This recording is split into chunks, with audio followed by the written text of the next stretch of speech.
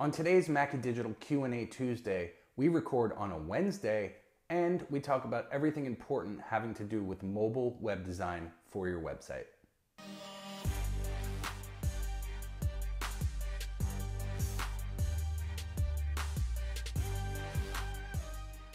Hey everybody, this is Sean Mackey. I want to welcome you to episode 3 of Mackey Digital's Q&A Tuesday. Today we're actually recording the show. It's Wednesday. I know it's going to be a day late going up for you guys, but we had a scheduling conflict yesterday we couldn't avoid. But I still wanted to get the show created and out to you, provide you some real value. This week we're talking about mobile optimization, having a mobile version of your website, which I'm sure everyone knows that's online nowadays. Having a mobile website is critically important for 99% of industries. So we're going to talk a bit through the specifics of that, why it's important, what you can do to optimize your website for mobile. Before we get into the show, I just want to thank everyone who's been watching, liking, and sharing our previous episodes. On episode 2, just last week, we had a fantastic episode where we talked about search engine optimization using backlinks in 2015, how the search engine optimization landscape's changed over the past 4 years, and how you can still apply search engine optimization techniques to rank your site at the top of Google in 2015. So hope you guys watched that. If you haven't, you can go back. We'll put a link below this video. You can watch episode 2. So without further ado, let's get into the show. Today's question comes from In the Design, who writes, I know mobile responsiveness is important. How do I go about optimizing my website for mobile? In the Design, this is a great question because in 2015, pretty much if you're in any industry, you've got to have a mobile version of your site. Back in, let's say 2007, when I first really started to see metrics for mobile usage, I remember the first year the iPhone came out, a site I was working on, a big multi-million-dollar site, was getting 2% of their traffic through mobile. And this was a fashion site targeting a younger audience, so a fairly savvy audience. And I thought to myself, wow, 2.5%, that's fantastic. We've got to start presenting mobile optimized content, mobile optimized offers, thinking in terms of catering to these people for a various number of reasons we'll get into. But, it's funny to see just in 6 or 7 years how traffic has gone from, 2% for a site like that to probably around 50%, between 40 and 60% of the traffic is nowadays mobile. So let's talk about that a bit. The first main question I think you need to ask yourself when you're talking about should I optimize my site for mobile, or how do I optimize my site for mobile, is should you, right? And for probably 99% of the people, the answer is going to be yes. And my encouragement would be look at your metrics, look at your analytics, look at your target audience, and see who you're appealing to and what their usage needs are. In other words, I did a consult this week for a gentleman that runs a cruise where senior citizens get together and play banjo. And it sounds like a wild and crazy niche, but this guy's doing it. Now, his clientele is senior citizens, and probably, and I'm just going out on a limb here, but probably a whole lot of them aren't looking at that website on their mobile phone. They're probably using their desktop or laptop computer at home. And in that case, I would take a real hard look at the numbers and see what percentage of people are coming to your site from a mobile device. If it's less than 5%, 10%, yeah, I might not worry about it. Another factor to take into consideration is cost. How much does it cost to develop a mobile site? But for the vast majority of people, yeah, I'd say in 2015 and beyond, you need to have some sort of mobile site that people that come to your site on a mobile device can interact with that's different from your regular website.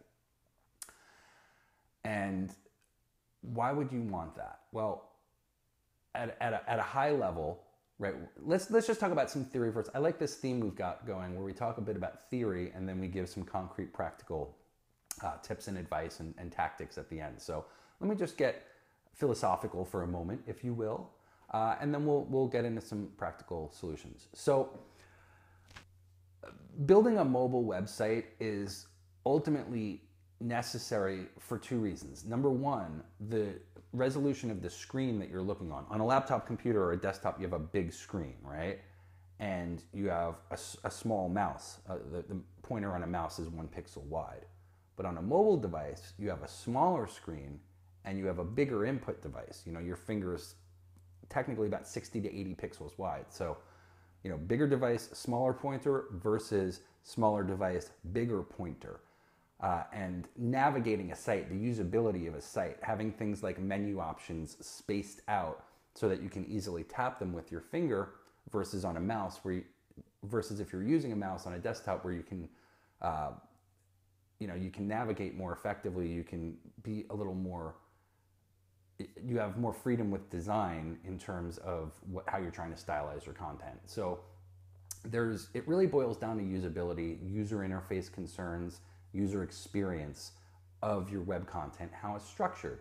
And when we talk about making a mobile device or a mobile web experience or a mobile-friendly web experience, what we're really talking about is two things. Either A, taking the content and restructuring it for mobile and then serving that mobile website to those visitors, or we're talking about what's commonly referred to as a responsive site. So that's really what I want to focus on for this talk, is responsive. And you know, I understand there's responsive versus adaptive. I'm not going to get into a whole like geeky thing. If you are interested in that level of understanding, you can just Google responsive versus adaptive design, and you'll get a phone book of information back on that whole arena.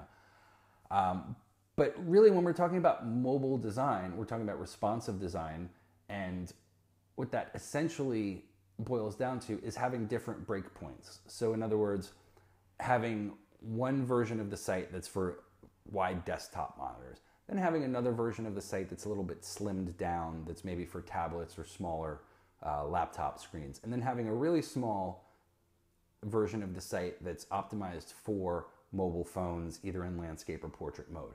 So I really recommend defining those 3 breakpoints and using those to restructure and restylize your content. So for example, you may have on the desktop version, you may have an image with some text next to it, and then on the tablet version, the text shrinks down underneath the image, and then on the mobile version, everything comes in a little bit and reduces in size so it can display properly in a vertical, in landscape mode. So I recommend really trying to have 3 breakpoints, one for desktop, one for tablet, one for mobile. And the way you do that without getting super, super technical is you use cascading style sheets and something called media queries. Again, Google is your friend on this. Just go ahead and type those phrases into Google. You can learn how to do it for, for somebody that's done web development or something like that, that's looking to get into this completely within your range of capabilities. For someone that's sort of new or doesn't have so much experience with HTML, there's going to be some reading and a bit of a learning curve involved, but it's certainly something the average person can pick up. Although I do, for any sort of professional business, recommend hiring a professional. But that's really how you optimize your website for mobile, is you define different breakpoints for the different resolutions, and then you stylize your content based on the optimal usability for each user given the platform that they're using and the input device that they're using to interact with it, okay? And then finally, the last thing I want to talk about is there's a tool in Chrome, it's under developer tools, that allows you to, and I'll throw a screen grab up here during this part of the video, that allows you to actually select different devices and it'll replicate that device in your browser window so you can test and see, okay, this is what it looks like on a new Samsung phone. This is what it looks like on an iPhone 6. This is what it looks like on an iPad. And you can load up and just hit refresh, and you can refresh the view and see how your website reacts and responds to those different devices and resolutions. So again, the process of making a site responsive is taking your main site, setting up different breakpoints for desktop, for tablet, and for mobile, and then using some sort of testing tool like the Chrome developer tool. And there's other tools out there as well. It's just a free one that I've had pretty good success with. And using that to test and ensure that it looks good across a wide range of devices. Now, if you don't want to go that whole route, probably the more recommended solution, especially for new sites, is to find some sort of theme or framework that's already mobile responsive. You know, if you're using WordPress, for example, there's a ton of themes out there that are mobile responsive already, meaning that's all been set up for you and you can just install the theme and go ahead and leverage that capability. Now, you may want to adjust or tweak things or hire a developer to tweak things to get it 100% the way you want it, but that'll get you 90% of the way, you know, or if you're using a framework like Bootstrap or something that's already mobile optimized, it'll take out a lot of that development work up front. So really the two ways are, you know, use a theme or a framework or something that's already mobile optimized, or go ahead and create your own. So I hope that answer was useful for you in the design, and everyone else watching. Hope you've gotten value out of this. Please leave us a comment below, like and share, and let us know what you think about the episode, because it really helps us. It helps us understand what you guys want to see more of. So let me leave you with a question today. What's the best mobile website you've ever seen? Go ahead and drop a comment below, and we'll see you in the next episode.